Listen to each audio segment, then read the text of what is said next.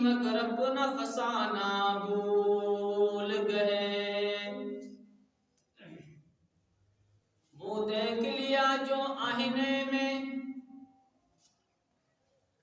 मुंह देख लिया जो आईने में, पर दाग न देखा सीने में। जी ऐसा लगाया जीने में, मरने को मुसलमान भूल गया। और वो जिक्र हसी रहमत का अमीन कहते हैं जिसे कुरान मुबीन। दुनिया के तराने सीख लिए, उक़बा का तराना भूल गए। वो जिक्र हसी रहमत का अमीन कहते हैं जिसे कुरान मुबीन। वो दुनिया के तराने सीख लिए, उक़बा का तराना भूल गए। आज़ान तो अब भी होती है मस्जिद के मीनारों पर अनवर। आज़ान तो अब भी होती है मस्जिद के मीनारों में अनवर।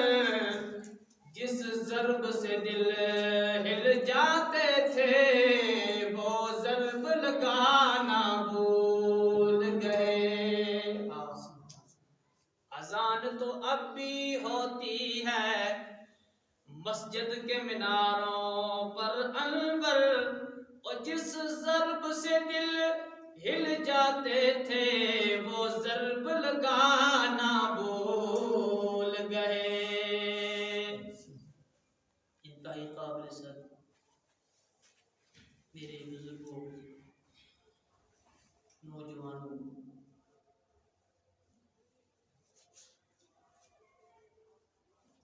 तकरीबन 2 से 3 साल कबल आपकी इस मस्जिद में रमज़ान मुबारक में आना हुआ था। मैंने आपके सामने कुरान मजीद की आयत शरीफा पढ़ी, वमा खलक़तुल जिन्न वल इंसा इल्ला लियअबुदून।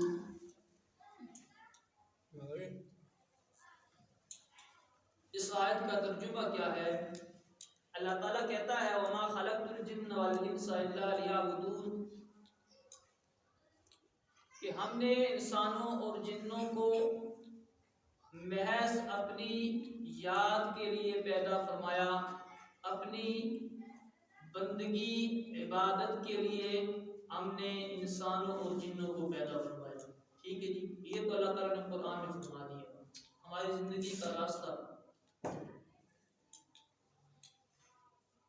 अल्लाह ताला ने कुरान मजीद की सूरह बकरा के शुरू में, इब्तिदा में अल्लाह ताला ने फरमाया ज़ालिकल किताबु ला रैब फीहि हुदल लिल मुत्तकीन।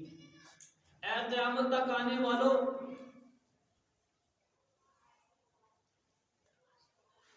मेरी इस किताब कुरान अज़ीम में कोई शक नहीं। 30 पारे अभी बाकी हैं। कुरान की पहली सूरत में इब्तिदा में अल्लाह ताला ने कुरान की सच्चाई को ज़ाहिर किया ताकि क़यामत तक आने वाले शक और शुबे से पाक रहें। ज़ालिकल किताबु ला रैब फीहि हुदल लिल मुत्तकीन। ये हिदायत है मुत्तकीन के लिए। मुत्तकीन कौन हो, कौन से लोग हैं? मुत्तकीन वो लोग हैं जो अल्लाह ताला को राज़ी करने वाले। अल्लाह ने फरमाया जो मुझे राज़ी करना चाहते हैं, जो मुझे मेरी इबादत करने वाले हैं, उनके लिए ये हिदायत का रास्ता कुरान क्या है जी? ये कुरान उनके लिए हिदायत का रास्ता है।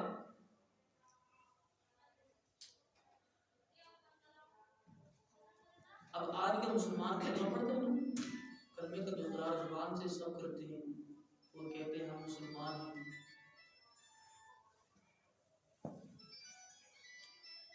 एक सवाल है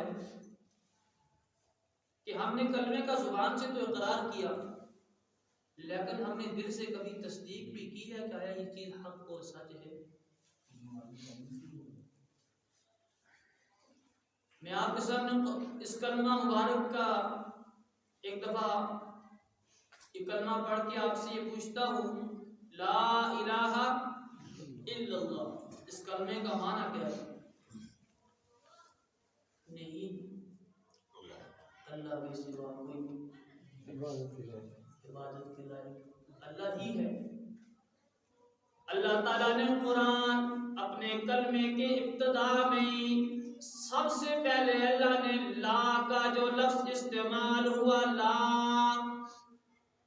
अल्लाह ताला कहता है कोई नहीं, अल्लाह ने पहले नफी कर दी, सबकी नफी, पहले अल्लाह नफी, फिर उसके बाद अपनी जात का इज़हार करना पड़ते हो माशाअल्लाह।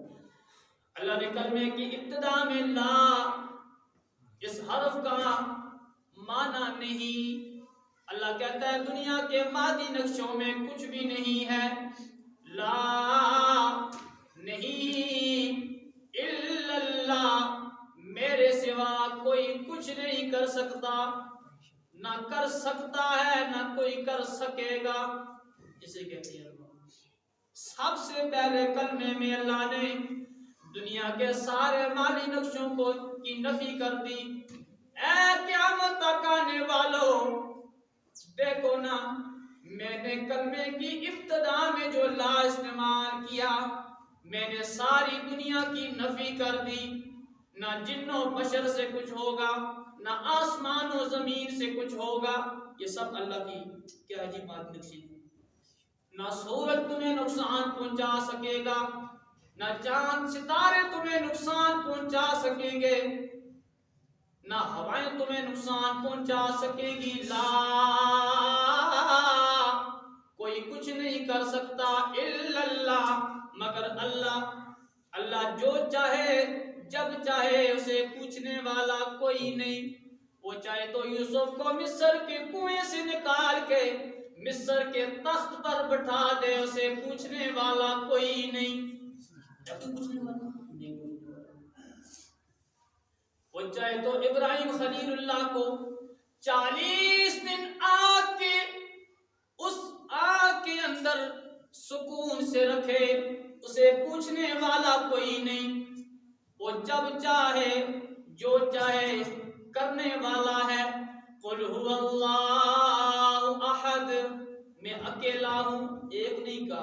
अहद का मतलब है अकेला। क्या मतलब है जी? अकेला। अल्लाहु समद, बेनियाज हूँ, मैं किसी का मोहताज, मैं जब चाहूँ, मैं जो चाहूँ, मेरे रास्ते में रुकावट डालने वाला कोई नहीं। ला,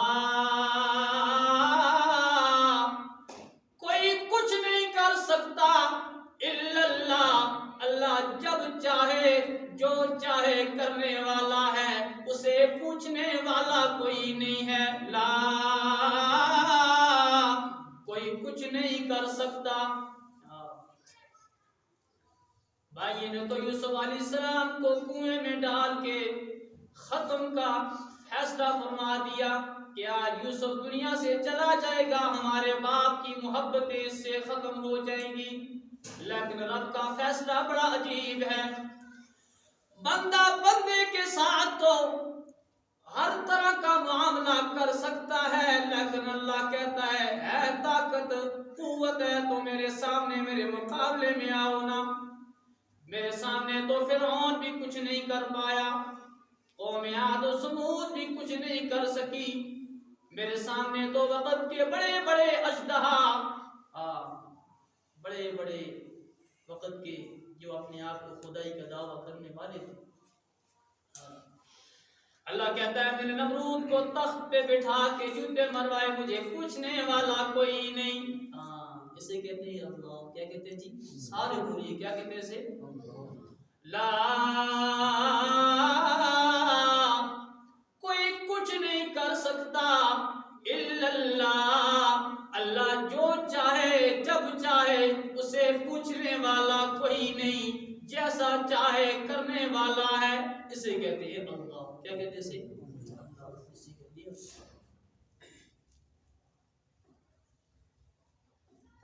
साहबी रसूल घर तशरीफ लाते हैं, अपनी बीवी से पूछते हैं घर में खाने को कुछ है या ना। बीवी कहने लगी खाने को घर में कुछ नहीं। कुर्बान जाऊं मोहम्मद अरबी के शागिर्दों पर। मोहम्मद अरबी से जो दीन सीखा, आखिरी सांस तक, जिंदगी के आखिरी सांस तक मोहम्मद अरबी की जुबान से निकला हुआ दीन अपने दिल से मानकर उस पर जिंदगी कुर्बान कर डाली। सब कुछ कुर्बान किया, तन मन धन कुर्बान कर दिया। तशरीफ लाए, कहा खाने के लिए तो घर पे कुछ नहीं। अब किससे मांगना था? मोहम्मद अरबी ने अपने शागिर्दों को समझा दिया था, ऐ मेरे सोहबत याफ्ता, ऐ मेरे शागिर्दों, जब तुम्हें कोई मसला या परेशानी आए, कभी मखलूक के दर पे ना जाना, खालिक के दर पे जाना। और इसी बात पे तो हुजूर ने फरमाया असहाबी कल्बियूं अभी आई मुक्तदीकुम इक्तदीकुम। हुजूर ने फरमाया मैं चांद की मानद हूँ और मेरे सहाबा से तारों की मानद है, तुम जिसकी भी इताअत करोगे फलाह पा जाओगे। अपने सहाबा पे इस कदर एतमाद था, फरमाया ऐ लोगों, क़यामत तक आने वाले लोगों, तुम जिस मेरे सहाबी की इताअत करोगे खुद तुम्हें फलाह का रास्ता नजर आ जाएगा। अच्छा, अब घर में जब गए पूछा, घर में पता लगा खाने के कुछ नहीं। मोहम्मद अरबी सल्लल्लाहु तआला अलैहि वसल्लम का शागिर्द सहाबी वापस मस्जिद में तशरीफ ले गया, 2 रकात नमाज नफल पढ़ी, अल्लाह से मांगने लग गया। घर तशरीफ ले आए और अपनी बीवी से पूछते हैं कुछ खाने को है? उसने कहा खाने को तो कुछ नहीं। अपने दिल में अपनी जात को निशाना बना के कहते हैं और तेरे मांगने में कमी थी, उसके देने में कमी नहीं है। तेरे मांगने में कमी थी, उसके देने में कमी कोई नहीं। वापस मस्जिद में तशरीफ ले गए और फिर खड़े होकर 2 रकात नफल पढ़ी, अल्लाह से मांगना शुरू किया। अल्लाह, कैसे थे हुजूर के शागिर्द यार। दोबारा मस्जिद में तशरीफ लाए, अपनी बीवी से सवाल किया कुछ खाने को है? कहा नहीं। अपने दिल को निशाना बना के कहने लगे ओए तेरे मांगने में कमी है, उसके देने में कमी कोई नहीं। फिर मस्जिद में तशरीफ ले गए, फिर 2 रकात नफल पढ़ी, अल्लाह से मांगा। जब घर तशरीफ ले आए तो क्या देखते हैं कि आटे की चक्की खुद ब खुद चलने लग गई। बीवी ने बर्तन नीचे रखना शुरू कर दिए, सारे बर्तन उस आटे से भर गए। अब परेशान हो गए कि बर्तन कोई बाकी नहीं जिसमें आटा डाला जाए। और जो चक्की चल रही थी उसके ऊपर से वो पर्दा उठाया तो देखा एक दाना गंदम का है, चक्की आटा दे रही है। इकबाल कहता है अल्लाह, शायर मकसूद था, अभी पीछे उसकी वो क्या कहते हैं का दिन गुजरा है। इकबाल कहता है अल्लाह, हमने तुझे देखा है फकत तेरी अता से। अल्लाह अल्लाह, हमने तुझे देखा है फकत तेरी अता से। हमने तो तेरी अताएं देखी तो हम तुझे मान गए, बाकी तो सिलसिले रह गए। अल्लाह हम तेरी अता को देख के तुझे पहचान। अब हुजूर के पास तशरीफ ले गए, या रसूल अल्लाह, चक्की चल रही थी, आटा दे रही थी, जब सारे बर्तन हमारे भर गए तो मैं अपने घर, हमने ऊपर चक्की से वो पर्दा उठाया तो एक दाना उसमें था। और साथ ही चक्की चलना बंद हो गई। हुजूर ने फरमाया मेरे साहबी, अगर तुम वो पर्दा जो ऊपर रखा गया था, अगर वो पर्दा ना उठाते तो कयामत तक ये चक्की चलती रहती। ला कोई कुछ नहीं कर सकता इल्लल्लाह, मगर अल्लाह जो चाहे करने वाला है, उसे पूछने वाला कोई नहीं। ये है अल्लाह। ये क्या है?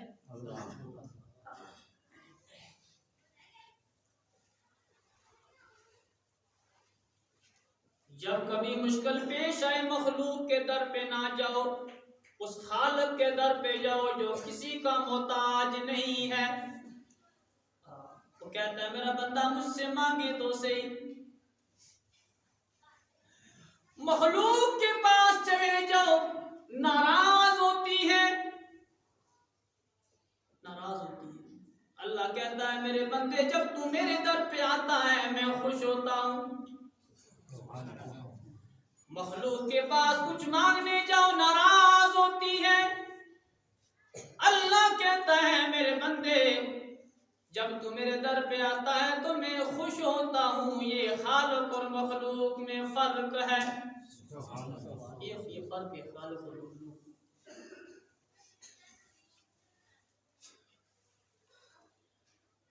मखलूक के पास खाली झोली लेके जाओ नाराज होती है, लेकिन खालिक के पास खाली झोली लेके जाओ तो वो खुश होता है।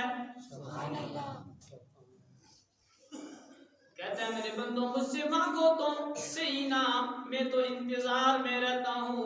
कोई मांगने वाला मेरे दर पे आए मैं उसे अता करूँ ना। वो तो इंतजार में बैठा है।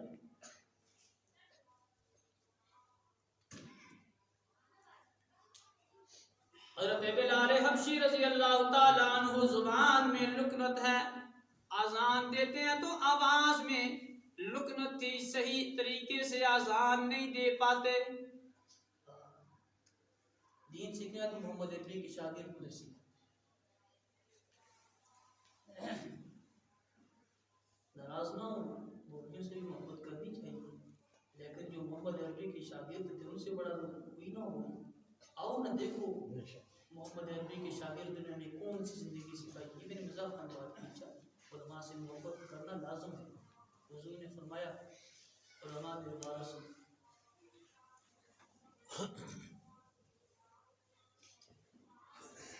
हबशी के बारे में साहबा का मशवरा हुआ, या रसूल अल्लाह आजान के लिए किसी और सहाबी को मुकर्रर कर दिया जाए ताकि आसानी तरीके से आजान को सही अल्फाज में अदा कर सके। हबशा के काले बिलाल तक जब ये खबर पहुंचती है तो वो किसी मखलूक के पास सिफारिश लेकर नहीं जाता, किसी सहाबी की सिफारिश नहीं मांगता, वो मस्जिद नबी में जाके रब की सिफारिश मांगता है। मस्जिद में तशरीफ ले गए और रोना शुरू कर दिया।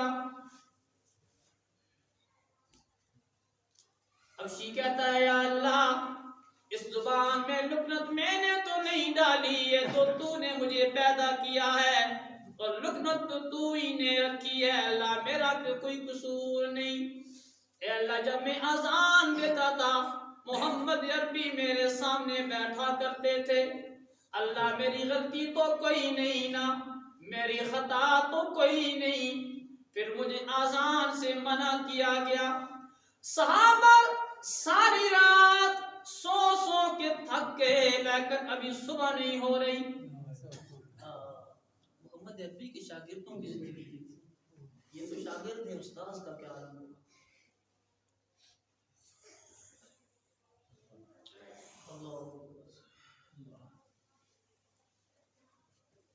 चंद साहबा या रसूल अल्लाह हम रात को सो के थक गए, आज सुबह नहीं हो रही। रब के फैसले बड़े अजीब हैं। अल्लाह कहता है मैं जो करता हूँ मुझे पूछने वाला कोई नहीं है, जब चाहता हूँ जो चाहता हूं, मुझे पूछने वाला कोई नहीं है। जब साहबा तशरीफ ले गए, उसी वक्त वही नाज़िल हुई, मेरे महबूब जब तक बिलाल अजान नहीं देगा मैं सुबह नहीं करूंगा। जब तक बिलाल अजान नहीं देगा मैं उस वक्त तक सुबह नहीं करूंगा। ऐ क़यामत तक आने वाले मुसलमानों सुनो ना, उस हबशा के काले बिलाल ने किसी साहबी दोस्त की सिफारिश नहीं तलाश की। किसी की तलाश की। यहाँ क्या होता है, जब मसला बनता है तो फिर देखते हैं कोई चेयरमैन मिल जाए, नाज़िम मिल जाए, कोई बड़ा, ऐसे होता है। हबशा का काला बिलाल रब के सामने जाके रोना शुरू कर दिया, अल्लाह मेरी तो खता नहीं ना, मेरी गलती तो नहीं, तूने मुझे पैदा किया, ये मेरी जुबान में लुकनत तूने डाली। रब ने कहा बिलाल तू मेरे दर पे आके जो रोया है, तू मेरे दर पे आके जो आंसू गिरा रहा है, ऐ बिलाल मेरे जलाल की कसम, जब मैं जो चाहता हूँ, जब चाहता हूँ मैं, मुझे रोकने वाला कोई नहीं। ऐ बिलाल तू हबशा का है, गुलाम दर गुलाम है, तेरा बाप भी गुलाम है, तू भी गुलाम है, रंग का काला मैंने तुझे बनाया, तेरी जुबान में मैंने लुकनत डाली। ऐ मेरे बिलाल मुझे पता है कि आज सारे साहबा का मशवरा ये है कि अजान किसी और के हवाले की जाए। ऐ बिलाल जब रब तेरे साथ खड़ा हो गया तो कोई इस फैसले को वापस नहीं कर सकता। जब रब तेरे हक में खड़ा हो गया, चाहे वो नबी हो चाहे सहाबी हो, होगा तो बिलाल वही जो तेरा रब चाहेगा। ला कोई कुछ माजरत से, ये तो नबी थी, अल्लाह को सबसे ज्यादा जो मोहब्बत थी किससे थी? अपने महबूब से। किससे थी? लेकिन जब बिलाल दर खुदा पे जाके गिरा तो रब को उसकी ये अदा इतनी पसंद आई, रब ने महबूब को भी फरमाया जब तक बिलाल अजान नहीं कहेगा मैं सुबह नहीं करूंगा। तो खुश होता है ना खुश होता है? कोई उसके दर पे खुश होता है ना खुश होता है? खुश होता है।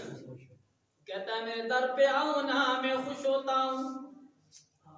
इंतजार में बैठा है हबशा का वो काला बिलाल, अगर रब के दर पे जाता है रब उसके हक में खड़ा होता है और होता भी वही जो रब चाहता है।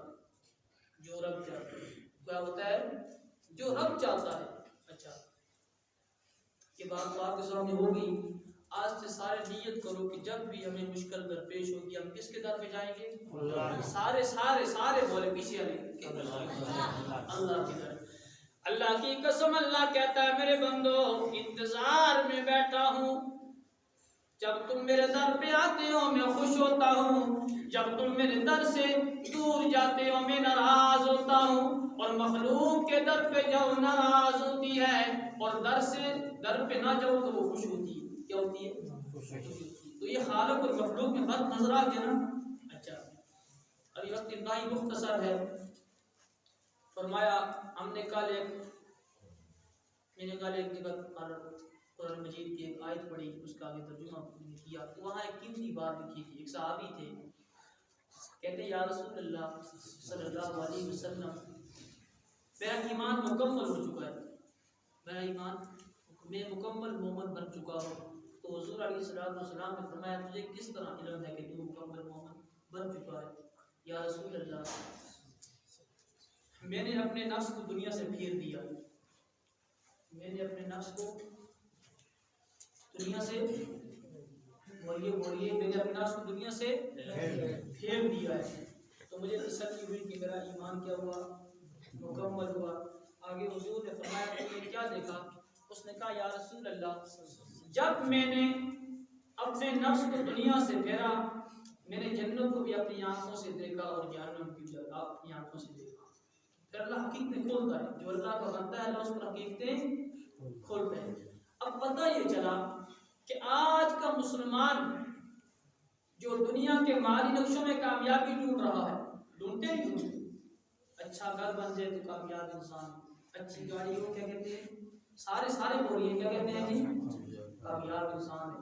अच्छा ओहदा मिल जाए क्या कहते हैं जी, सारे बोलिए। मेरा मसला नहीं, ये अल्लाह ताला की जात का। देखिए हमारे दिल में रब की जात इस तरह बसी हो कि जब हमें मुश्किल पेश है तो हम किसके दर पे जाएं, अल्लाह की तरफ जाएं। तो आज हर बंदा कामयाबी माली नक्शे में ढूंढता है, या उसे अच्छे घर में सुकून नजर आता है, मिलता नहीं, वो ढूंढता है, या वो अच्छी ओहदे में सुकून ढूंढता है, मिलता नहीं उसको। सुकून क्यों मिलता उसको? अल्लाह ने कुरान में कहा, अला बिज़िक्रिल्लाहि तत्मइन्नुल कुलूब। ऐ क़यामत तक आने वालों, अगर दिल का सुकून ढूंढना है, अला बिज़िक्रिल्लाह, मेरा जिक्र किया करो। जब दिल का सुकून तलाश करो तो क्या करो, मेरा जिक्र किया, मेरा जिक्र किया। अल्लाह कहता है जब तुम मेरे जिक्र में लग गए, जुड़ गए, तो मैं तुम्हें रोजी वहां से अता करूंगा, तुम्हारा वहम गुमान भी, सारे बोलिए वहम गुमान भी नहीं। अब हमारा इस पर यकीन होना चाहिए, रब के दर पे झुकना हम आम न समझिए, बल्कि खास। जब भी मुश्किल पेश आए हम रब के दर पे जाएं। अल्लाह कहता है जो मेरा बन गया, हदीस कुदसी है, अल्लाह कहता है ए इब्ने आदम, एक तेरी चाहत है और एक मेरी चाहत है, होगा वही जो मेरी चाहत है। अल्लाह ने पहले फरमाया, लेकिन अगर अपनी चाहतों को मेरी चाहतों से कुर्बान कर दे तो फिर मैं तुझे वो दूंगा जो तेरी चाहत, और वो भी दूंगा जो तेरी चाहत। और अगर तू अपनी चाहतों पे डट गया, मेरे दर पे ना आया और अपनी चाहतों पे तू डट गया, ऐ इब्ने आदम, मैं तुझे थका दूंगा, मैं तुझे थका दूंगा उस काम में। जो तू चाहेगा वो नहीं होगा, जो मैं चाहूंगा वही होगा।